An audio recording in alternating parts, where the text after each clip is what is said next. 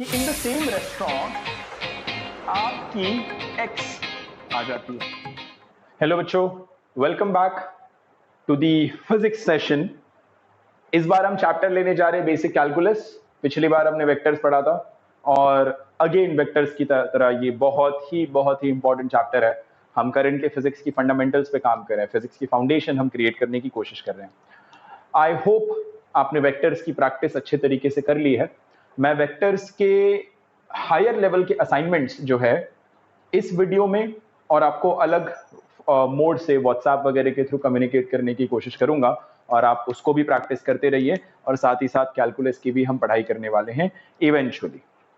मेरा नाम इम्तियाज अहमद शेख है, मैं IIT एंड साइंस पॉइंट का डायरेक्टर हूं और मैं IIT BHU से मैकेनिकल इंजीनियर हूं, बैच ऑफ 2014। हम पढ़ने जा रहे हैं बेसिक कैलकुलस। यहां पर मैंने एक स्टेटमेंट लिखा हुआ है, I want you to read this statement. It says change is the only constant. ये बहुत ही ज्यादा पॉपुलर स्टेटमेंट है। अक्सर सेमिनार्स में, मूवीज में, टॉक्स में, किताबों में, अखबारों में ये स्टेटमेंट काफी बार लिख करके आता है। ये लिखा रहता है ये स्टेटमेंट जो है एक यूनिवर्सल ट्रूथ है ना। तो मैं चाहता हूं कि आप इस एक वीडियो को पॉज करो और ये स्टेटमेंट को रीड करो और अपना थॉट बताओ as to what you think about this statement, है ना। So pause this video, think about this statement and tell me whether you agree with this or you disagree with this. And if you agree with this, perfectly fine. If you disagree with this, then I will be very interested to know about your innovative thoughts countering this statement, right? Pause it, get back. जो बच्चे इस statement को बहुत अच्छे तरीके से नहीं समझ पाए, मैं उनके लिए स्टेटमेंट को थोड़ा हिंदी में लिखना चाहता हूं। हिंदी में अगर मैं स्टेटमेंट को लिखता तो मैं लिखता बदलाव होके रहेगा यही सच्चाई है। बदलाव होके रहेगा यही सच्चाई है इस स्टेटमेंट का हिंदी रूपांतर है। एग्जैक्ट नहीं है, लिटरली आप रूपांतर उसका नहीं बोल सकते, बट मोर और लेस ये इसी स्टेटमेंट को दर्शाने की कोशिश कर रहा है, right. Let me tell you, जो ये स्टेटमेंट मैंने यहां पर लिखा है, this is a universal truth और ये सच है। And I will make you understand this कि ऐसा क्यों है ना। Let's talk about what exactly are we discussing about. We are discussing about change. हम बात कर रहे हैं बदलाव की।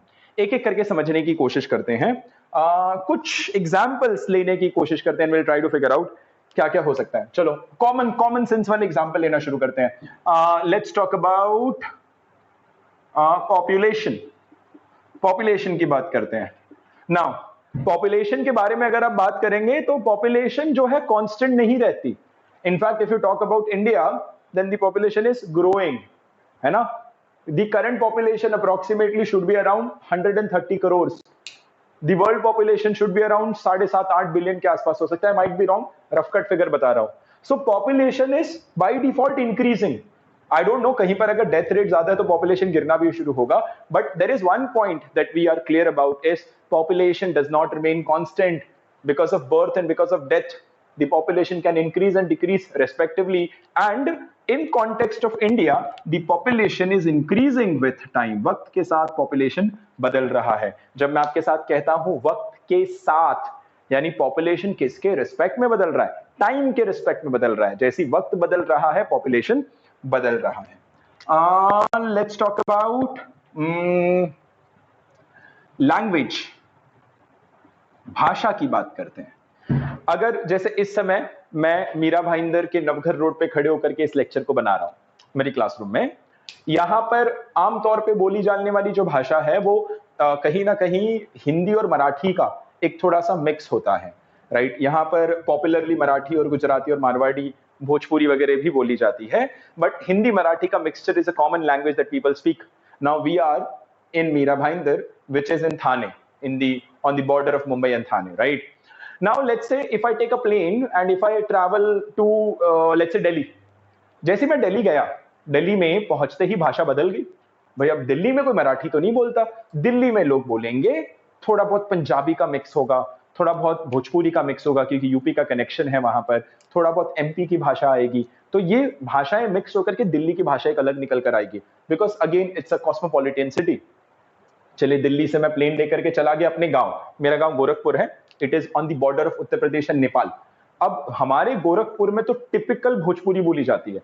वो आपने टिपिकल भोजपुरी जो फिल्मों में सुना होगा, there is a very popular character called as Nirahua, right?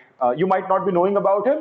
I know a little bit because I've spent around 4 years in Banaras. That is how I've been associated with these terminologies. So when you go to Gorakhpur, you have Bhojpuri to be a dominant language other than Hindi. So what I'm trying to tell you over here is, as you're traveling, आप जैसे ही वक्त, आप जैसे distance बदल change कर रहे हो, आप ज्योग्राफी अपनी बदल रहे हो, तो भाषाएं बदल रही है। So do you find language to be constant? The answer is no, the language changes.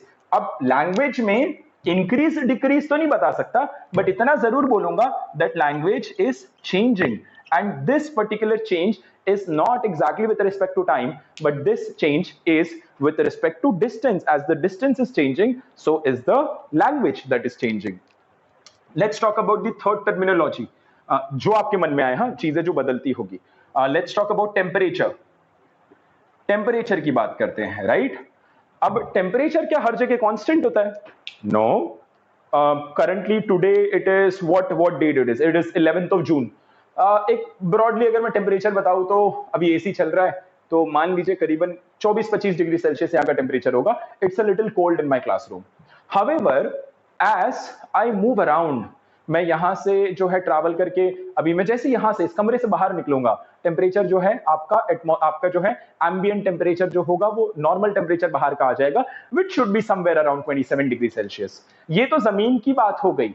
अब जैसे ही हाइट में ऊपर जाएंगे, as you go above, you know, this is something that you'll understand. जो माउंटेन हाइकिंग पे जाते हैं, they hike, they climb, they trek, तो जैसे ही आप ऊपर जा रहे होते हैं टेम्परेचर गिरना शुरू हो जाता है, ऊपर जाती ठंडी बढ़ना शुरू हो जाती है, राइट? यानी कि temperature is changing, it is not constant, and it is changing with respect to height. So यानी कि temperature is changing, it either increases or decreases, and this is happening with respect to elevation, this is happening with respect to height. Let's talk about fourth, let's talk about bank balance. जो छोटे बच्चे हैं, शायद आप लोग के पास तो खाता नहीं होगा, बट आपको फिर भी इस बात की अंडरस्टैंडिंग होगी, in today's world everyone is smart, they understand what banking is. So bank balance constant थोड़ी रहता है, तनख्वाह आती है बैंक बैलेंस बढ़ जाता है, फिर आप फिजूल खर्चा करते हो बैंक बैलेंस घट जाता है, यानी it keeps fluctuating, it's not remaining constant, right? Obviously बात है, when the bank balance increases you feel very happy about it, so it increases and it decreases. अच्छा, बैंक बैलेंस में तो हमने पेरेंट्स की बात कर ली। लेट्स टॉक अबाउट आर, बच्चों के लिए इंपॉर्टेंट क्या होता है? बच्चों के लिए इंपॉर्टेंट होता है पॉकेट मनी। पॉकेट मनी ये बहुत इंपॉर्टेंट चीज है बच्चों के लिए। अब पॉकेट मनी आपने, मुझे आपका तो पता नहीं आप लोगों को कितना मिलता है, बट मैं जब क्लास 6, 7, 8 के आसपास था तो मेरे को तो दिन के 2 रुपए मिलते थे। अब वो 2 रुपए में जो है आपको जो भी फिजूल खाना है, जो भी जंक फूड वगैरह खाने की आदत हुआ करती थी, वो खा लिया करते थे हम लोग। हमारी स्कूल के सामने एक छोटे समोसे की दुकान थी, वहां 2 रुपए में समोसा पाव मिल जाता था उस पॉइंट ऑफ टाइम पे, right? But as I grew up, as I went to higher schools, class 9, 10 में मुझे 10 रुपए पॉकेट मनी मिलने लगी। अब जैसे क्लास 11 तक पहुंचा, कॉलेज जाना था, बस पकड़नी थी, तो पॉकेट मनी 50 रुपए मिलने वाली। यानी pocket money is not remaining constant, right? It is increasing. आप अच्छे कर्म करते जाओ, पॉकेट मनी बढ़ेगी, माँ बाप खुश रहेंगे। आप थोड़े बुरे कर्म करना शुरू कर दो, पॉकेट मनी घट जाएगी, माँ बाप दुखी हो जाएंगे। So pocket money also increases, and obviously an increasing pocket money is going to make you happy, and obviously a decreasing pocket money is something that is going to make you feel sad. So ये भी जो है लगातार बदल रहा है, it does not remain constant. Let's talk about age. उम्र की बात करते हैं। अब उम्र जो है भैया वो घटती नहीं है, उम्र हमेशा बढ़ती है, एज कभी कांस्टेंट नहीं रह पाता। चलो एक और चीज की बात कर लेते हैं, लेट्स टॉक अबाउट टाइम। वक्त की बात करते हैं। कभी ऐसा सुना है कि वक्त किसी के लिए नहीं रुकता? Time never stops for everyone, time हमेशा फॉरवर्ड डायरेक्शन में आ रहा है। हाँ, एक ऑल टुगेदर डिफरेंट थियरी है जो ये बोलती है कि टाइम में रिवर्स जाया जा सकता है। Now that is time machine, now that is something we are talking about a very higher end of physics. अभी हम एलिमेंट्री फिजिक्स पे रहते हैं तो उतने बड़े लेवल पे बात नहीं करेंगे। तो यहां पर अगर हम अपनी बेसिक एलिमेंट्री फिजिक्स की बात करें तो जो वक्त है वो आगे बढ़ता है, वो पीछे नहीं आता, यानी कि वक्त भी आपका लगातार चेंज हो रहा है। Let me tell you that I can give you hundreds of examples that things are changing. Nothing in this world will remain constant. तो यही तो बताने की कोशिश किया कि हर चीजें बदलेगी, बदलाव होगा, वही कांस्टेंट है, वही सच है, बदलाव होके रहेगा, यही सच्चाई है. तो हम यहां पर समझ रहे हैं कि that everything around us is changing. Now इस बदलाव का हम किसी तरह से बेनिफिट उठा सकते हैं, फायदा उठा सकते हैं, उसका कुछ आउटपुट ले सकते हैं. Now in order for us to get the benefit of change we need to understand change, कि बदलाव होता कैसे है. तो फिजिक्स और मैथमेटिक्स का वो हिस्सा जो चेंज के बारे में हमें समझाता है उसको हम कहते हैं कैलकुलस. सो कैलकुलस होता क्या है? Calculus is basically a mathematics. It is mathematics of change. बदलाव को समझने वाला मैथ्स है, इसे कहते हैं हम कैलकुलस. अब कैलकुलस पूरा मैथ्स में आने वाला है. हम जो है फिजिक्स में बेसिक्स पढ़ेंगे कैलकुलस का, कि बेसिक कैलकुलस का होता क्या है. तो ये रहा introduction to this very important chapter called as basic calculus. बहुत मजा आने वाला है इसको पढ़ने में. लिटरली ये मतलब कहते हैं ना, फाउंडेशन है. This is the founding bricks, foundation है ये. इस पर बहुत अच्छे से ध्यान देना. इसे भी कॉपी करो, आगे बढ़ते हैं. अभी जस्ट हमने पढ़ा कि कैलकुलस जो होता है it is the mathematics of change, यानी बदलाव को मैथमेटिकली समझने का जो तरीका होता है वो कैलकुलस होता है. सो मैथमेटिक्स ऑफ चेंज, इस कैलकुलस के दो टूल्स होते हैं, दो बेसिकली वेपन्स होते हैं जिसके जरिए हम किसी भी प्रॉब्लम को सॉल्व करते हैं. वो दो वेपन्स होते हैं हमारे डेरिवेटिव्स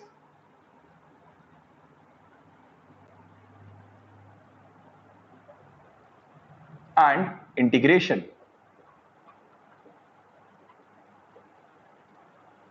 ये दो टूल्स होते हैं जिसको हम यूज करके कैलकुलस के जरिए किसी भी चेंज को स्टडी कर सकते हैं. दोनों को इंडिविजुअली जानने का मतलब जानने की कोशिश करते हैं. दोनों इंडिविजुअली क्या होता है? डेरिवेटिव का मतलब होता है how fast something is changing. मतलब समझाऊंगा, अभी सिर्फ नोट करते हैं. इंटीग्रेशन का मतलब होता है how much something is accumulating. अब इंडिविजुअली इसको हिंदी में लिख के बताता हूं, फिर कंपैरिजन करेंगे, है ना. हिंदी में लिखूंगा, कोई भी चीज कितनी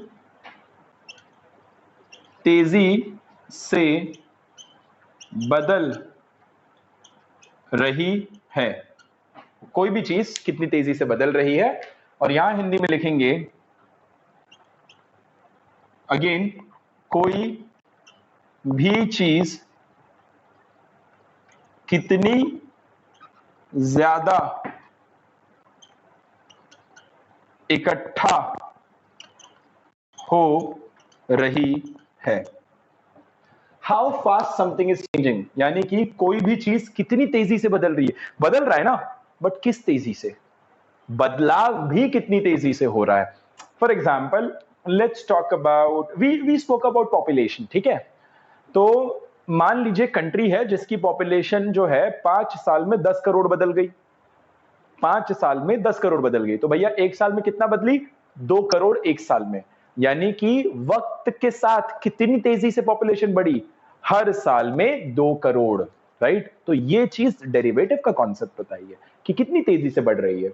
तो यहां पर इंडिविजुअली समझते हैं, हाउ फास्ट, कितनी तेजी से, हाउ फास्ट कितनी तेजी से, समथिंग कोई भी चीज, चेंजिंग बदल रही है, यानी कोई भी चीज कितनी तेजी से बदल रही है.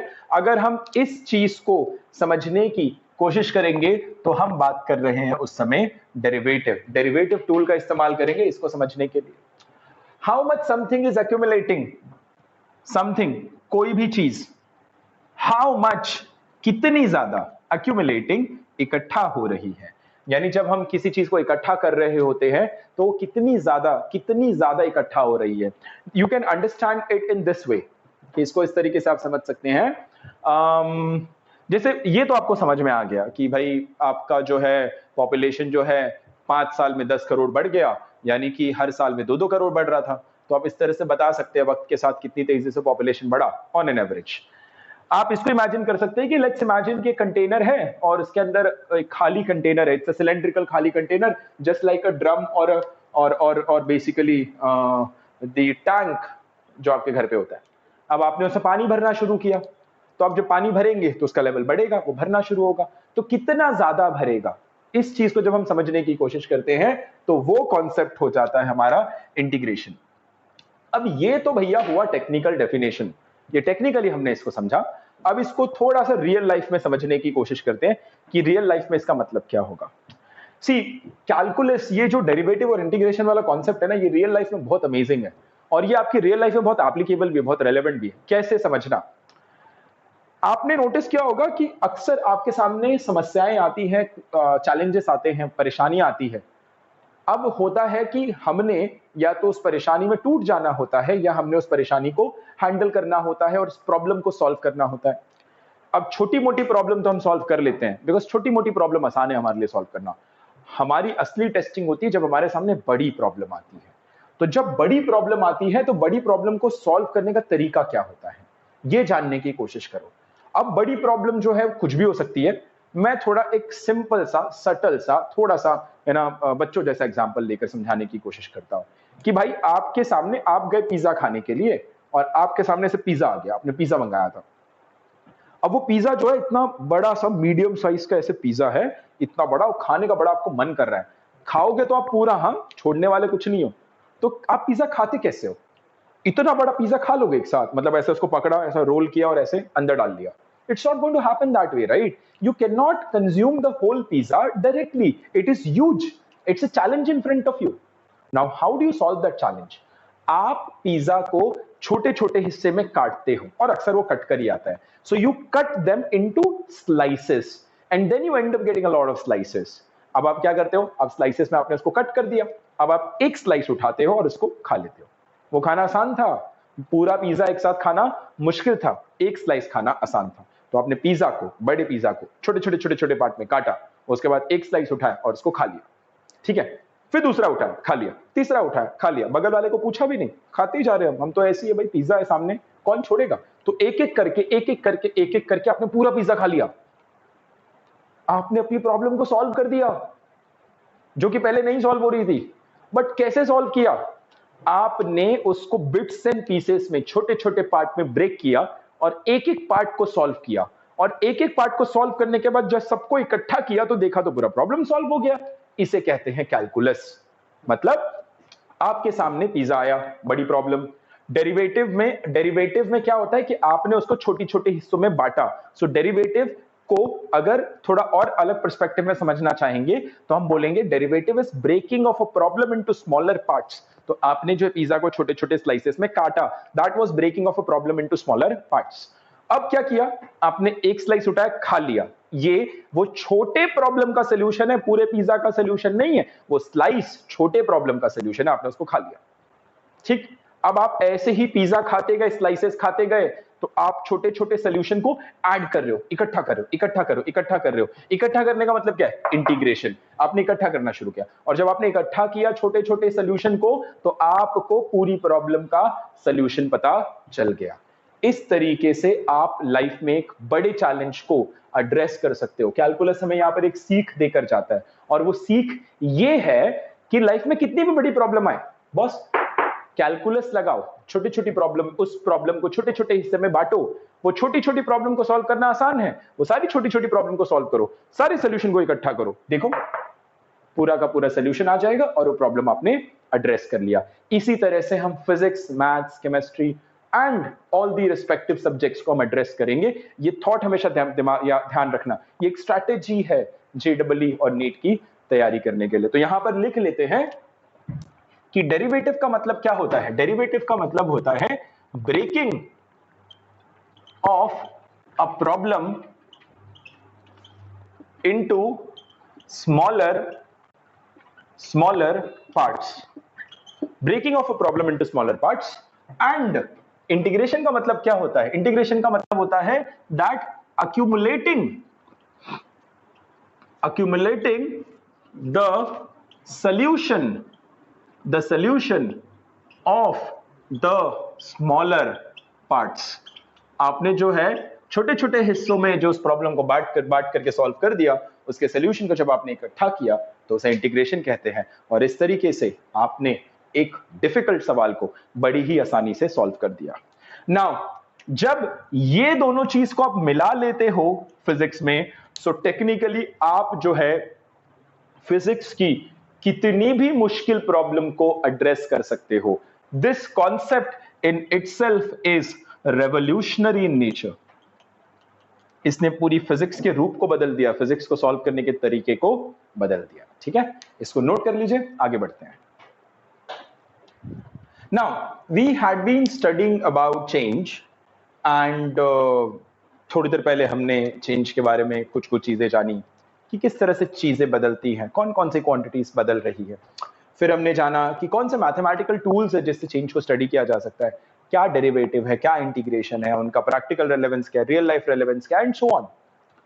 मैं यहां पर तुम्हें बताना चाहता हूं, when you talk about change, then change is never absolute. Change is never absolute. Absolute का मतलब यह होता है कि अपने आप में सब कुछ होना, अपने आप में सही होना, अकेले एग्जिस्ट करना। चेंज एक ऐसी चीज है जो अकेले एग्जिस्ट नहीं करती। ये तुम्हें जानना बहुत ज्यादा जरूरी है। It's a very important statement. Change कभी अकेले नहीं हो सकता, चेंज को हमेशा दूसरे की जरूरत है। ये चीज कैसे होती है ये समझाता हूं मैं तुम्हें। It is never absolute, it is never absolute, it is always dependent.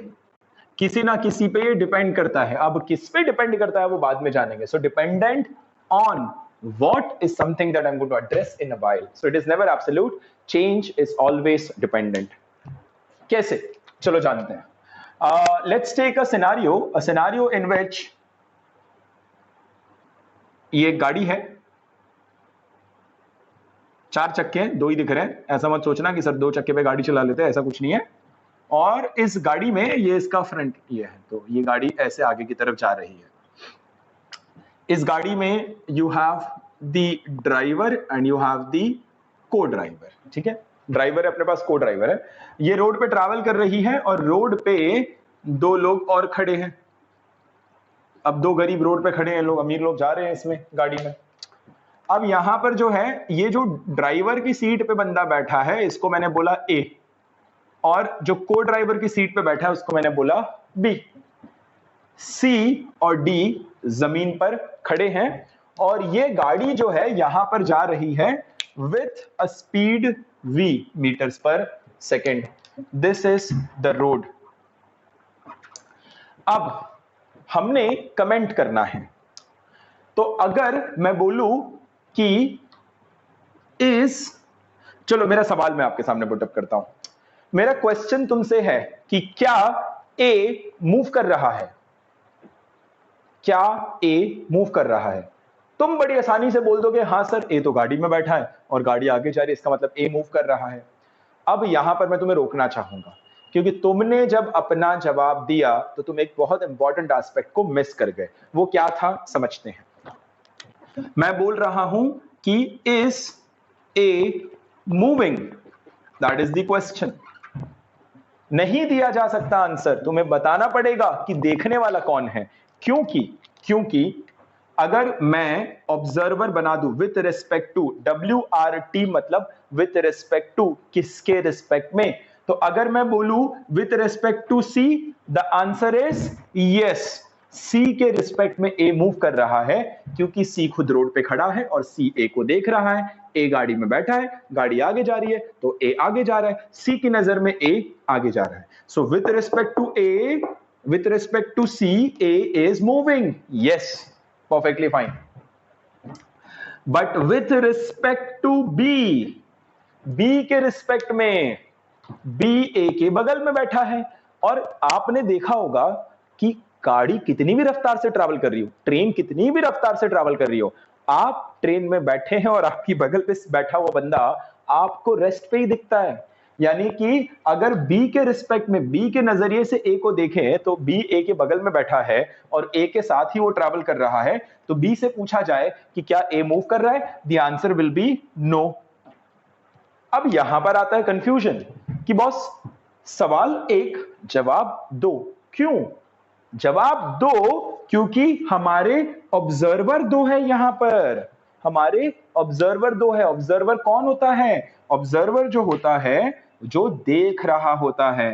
तो यहां पर हमारे जो ऑब्जर्वर है वो हमारे यहां पर 2 है, विच इज बी एंड सी। यानी चेंज किस पे डिपेंड करता है? चेंज डिपेंड करता है देखने वाले के ऊपर, ऑब्जर्वर पे डिपेंड करता है, द वन हु ऑब्जर्व्स। क्योंकि अगर आप ए को देखें तो ए मूव कर रहा है सी के रिस्पेक्ट में, बट ए मूव कर रहा, ए नहीं मूव कर रहा डी के रिस्पेक्ट में। So that is how you need to understand that change depends on the observer. Change is never absolute, वो अपने आप में अकेले सफिशिएंट नहीं है, वो किसी पे डिपेंड करता है, and that dependency is on the observer. इसके बाद डिटेल में पढ़ाऊंगा, लेकिन यहीं पर बता देता हूं एक और point, and it says that change depends on observer. ये तो आप जानते ही हो अच्छी तरीके से। क्या नया आया? नया ये आया, एंड इट्स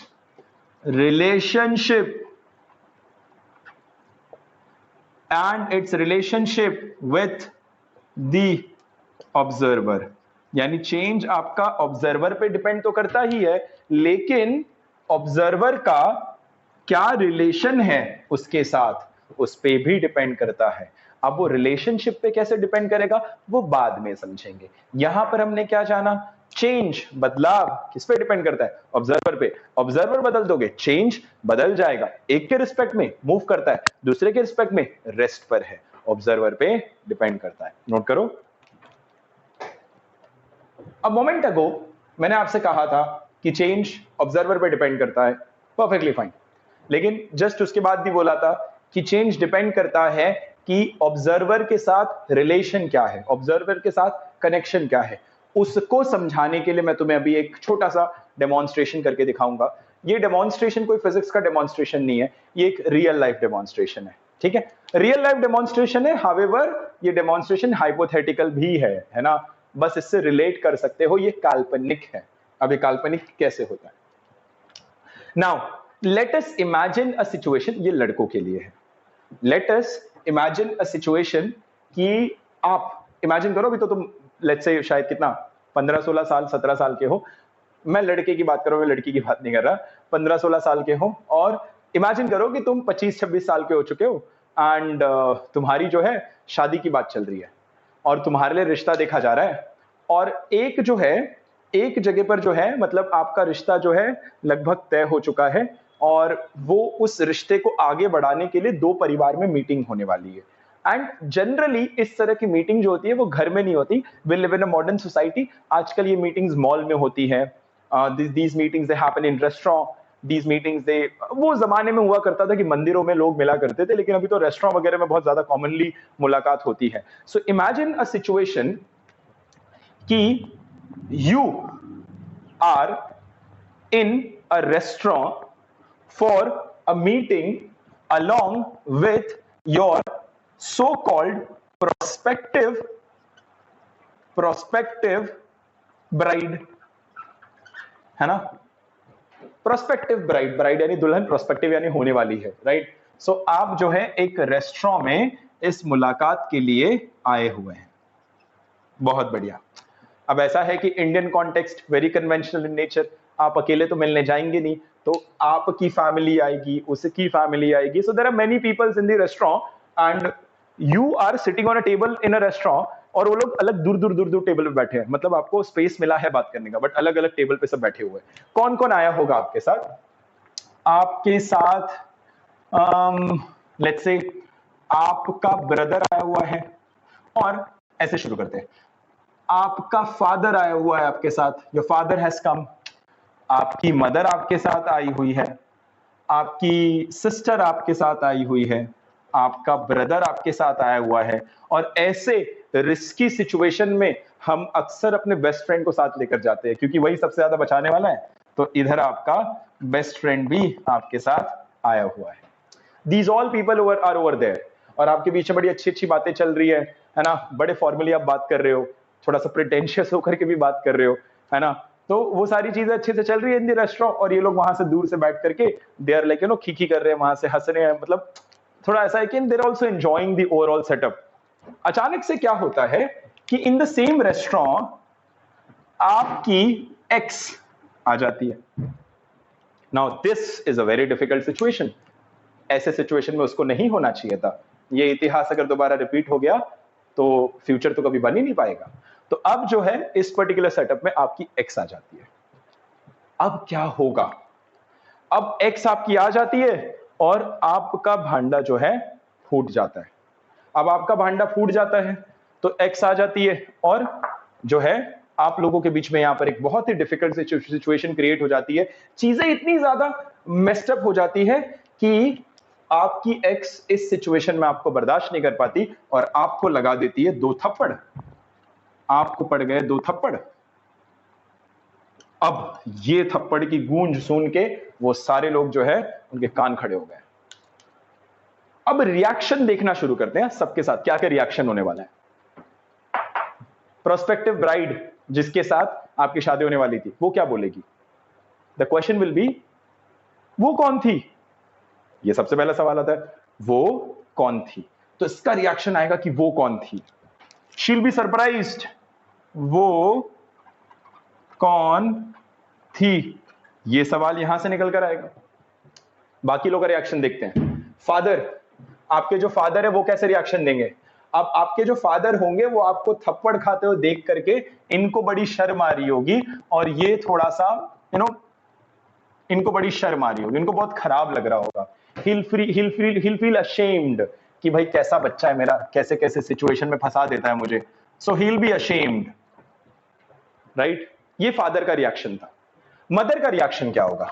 अब माँ जो होती है ना, माँ बेटे को डिफेंड बहुत करती है, क्योंकि माँ के नजर में मेरा बेटा, मेरा लाल, यही सही, दुनिया गलत। तो माँ क्या बोलेगी कि मेरा बेटा सही था, वो लड़की गलत थी इसलिए उसको छोड़ दिया। तो माँ जो होगी वो यहां पर तुम्हारे केस को डिफेंड करेगी, वो तुम्हें डिफेंड करेगी। मदर्स आर लाइक दैट, वो डिफेंड करेगी आपको, है ना, आपको सही बताएगी। आपकी सिस्टर, थोड़ा मुश्किल है कहना, sisters are little tricky, because 2 बातें आ जाती है यहाँ पर, एक शायद आपको डिफेंड करे लेकिन दूसरा बोले कि नहीं वो भी तो लड़की है ना, तो it's a little tricky situation, I don't want to comment. आपके ब्रदर को आएगा गुस्सा कि भाई मेरे भाई पे हाथ कैसे उठाया, मेरे छोटे भाई पे हाथ उठा दिया, उसको आएगा गुस्सा। आपका जो बेस्ट फ्रेंड होगा ये कमीना तो हंस हंस के मर जाएगा, क्योंकि इसको तो ऐसी सिचुएशन चाहिए होती है, तुम तो लाए थे इसको कि कुछ हो जाए तो तुम्हें बचा ले, बट ये होते हैं कमीने लोग। ये लोग जो है देख करके आपको हंस हंस के वहां पर लोट पलोट हो जाएंगे, ROFL वाली सिचुएशन हो जाएगी यहाँ पर कि भाई ये तो बंदा जो है बहुत बुरी तरह हंसना शुरू कर देगा। ना सी कॉन्सेप्ट समझना, change depends on the relationship with the observer. These people, mother, father, sister, brother, best friend, prospective bride, they were the observer. What is change? What has changed? What changed here? यहां पर आपकी situation बदली। The situation changed from बहुत ही, कहते हैं ना कि बहुत ही हैप्पी सिचुएशन थी और वहां से बहुत ही ज्यादा ऑकवर्ड सिचुएशन हो गई। आपकी सिचुएशन बदली, आपकी सिचुएशन बदली, लेकिन उस पे जो रिएक्शन आया लोगों का वो किस पे डिपेंड कर रहा है? वो डिपेंड करता है कि देखने वालों का आपके साथ रिलेशन क्या है। आप देख रहे हैं इतने सारे ऑब्जर्वर हैं, है ना, इतने सारे ऑब्जर्वर है, सब साथ में बैठे हुए एक ही जगह पर, लेकिन सबकी ऑब्जर्वेशन अलग निकल कर आ रही है। डिपेंड करता है कि आपके साथ रिलेशन क्या है।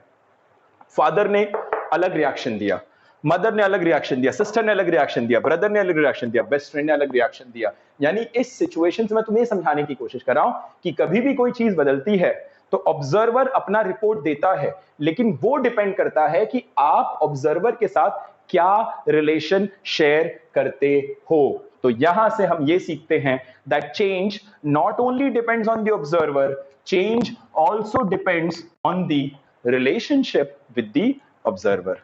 अब इसको थोड़ा सा और फन एक्टिविटी बनाने के लिए ये स्टोरी जाकर अपने दोस्त को सुनाना, और ये यू लिखा है ना यहां पर उसको उठा के पटक देना, और आपकी स्टोरी हो जाएगी बहुत ही ज्यादा इंटरेस्टिंग। ठीक है, अभी इसको नोट कर लो। प्रैक्टिकली हमने चेंज के बारे में काफी चीजें समझी हैं, चेंज के रेलेवेंस को समझा है, कुछ इंटरेस्टिंग फैक्ट्स जाने, कुछ कुछ अच्छे मतलब interesting facts in the sense, forget about it. Okay, अभी तक हमने चेंज को प्रैक्टिकल पर्सपेक्टिव से जानने की कोशिश की। हमने जाना कि चेंज का प्रैक्टिकल रेलेवेंस क्या है, हमारे लाइफ से कैसे कनेक्ट होता है, उसकी हिस्ट्री क्या थी, चेंज को हम रियल लाइफ में इंटरप्रेट कैसे करेंगे, राइट। अब थोड़ा सा चेंज को हमें जानने की जरूरत है मैथमेटिकली, बिकॉज हमें चेंज को एक फॉर्मूला देने की जरूरत है। So now when I talk about change, in fact मैंने यहां पर थोड़ी देर पहले बताया ना कि चेंज डिपेंड करता है कि कौन देख रहा है। तो यहां पर when I talk about change, तो मुझे हमेशा चेंज के बारे में इस तरह से रिपोर्टिंग करनी पड़ेगी। मुझे बोलना पड़ेगा change in one with respect to two, यानी कि यहां पर change in one with respect to two का मतलब क्या हो जाएगा, ये बेसिकली आपका ऑब्जर्वर हो जाएगा। तो इसको लिखा कैसे जाता है, इसको मैथमेटिकली इसको लिखा जाएगा rate of change. So rate of change, rate यानी किस रफ्तार से बदल रहा है वो, यानी rate of change in one with respect to two, इसको मैथमेटिकली हम लिखेंगे change in one upon change in two, इस तरह से मैथमेटिकली लिखा जाएगा।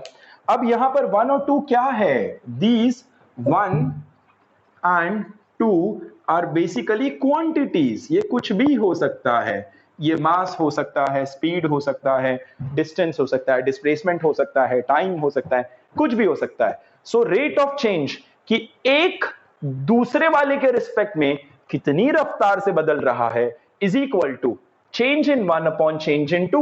ये बन जाता है हमारा फॉर्मूला, और इसको हम लिख पाते हैं डेल्टा 1 अपॉन डेल्टा 2। अब ये डेल्टा क्या होता है, डेल्टा के बारे में यहां पर जान लो। डेल्टा का मतलब होता है change, this is a symbolic representation of change. Mathematically change को हम डेल्टा के रिस्पेक्ट में रिप्रेजेंट करते हैं। सो ये मैथमेटिकल कोरिलेशन हो गया। अब इसको थोड़ा सा मैं एक ये पर्टिकुलर कॉन्सेप्ट को है ना,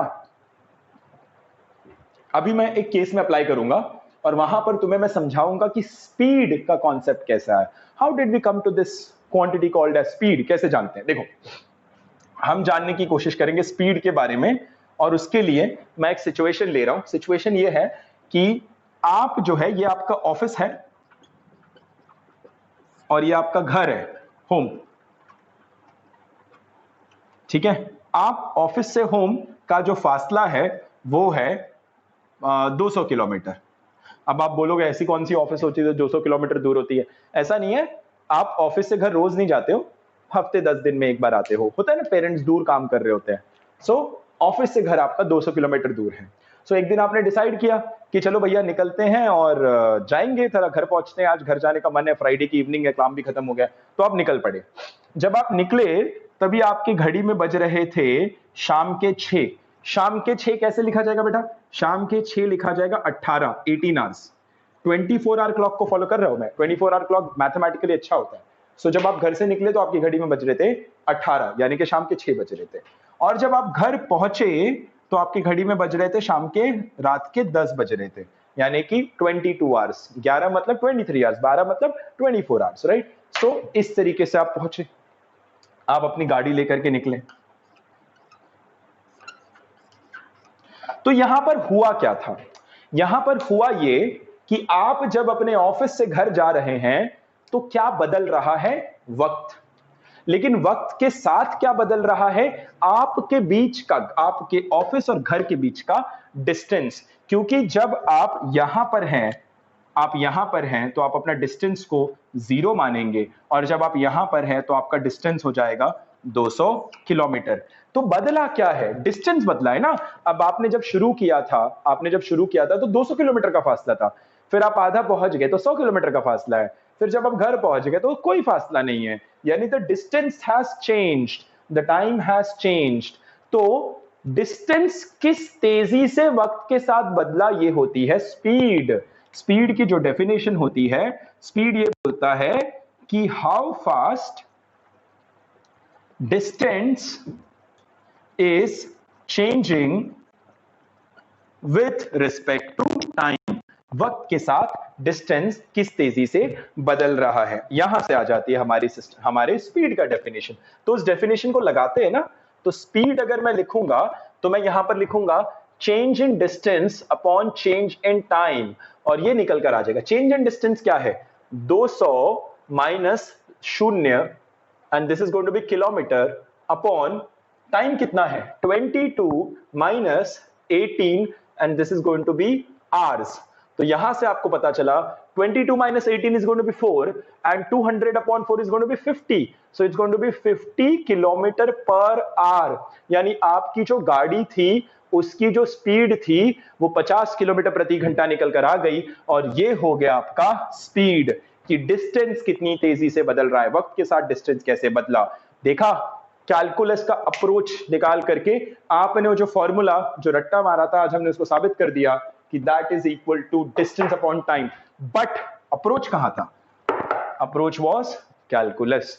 सो इसी तरह से कैलकुलस को यूज कर करके हम मैथमेटिक्स में और फिजिक्स को एक दूसरे से कनेक्ट करेंगे और अलग अलग तरह के फॉर्मूले डिराइव करने की कोशिश करेंगे, and that is going to be our intention behind studying this chapter. Amazing chapter.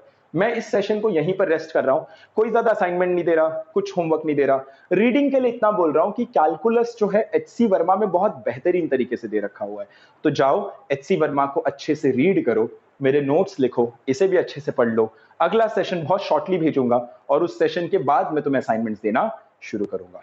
तो आज का सेशन यहीं पर खत्म करते हैं। Bye bye.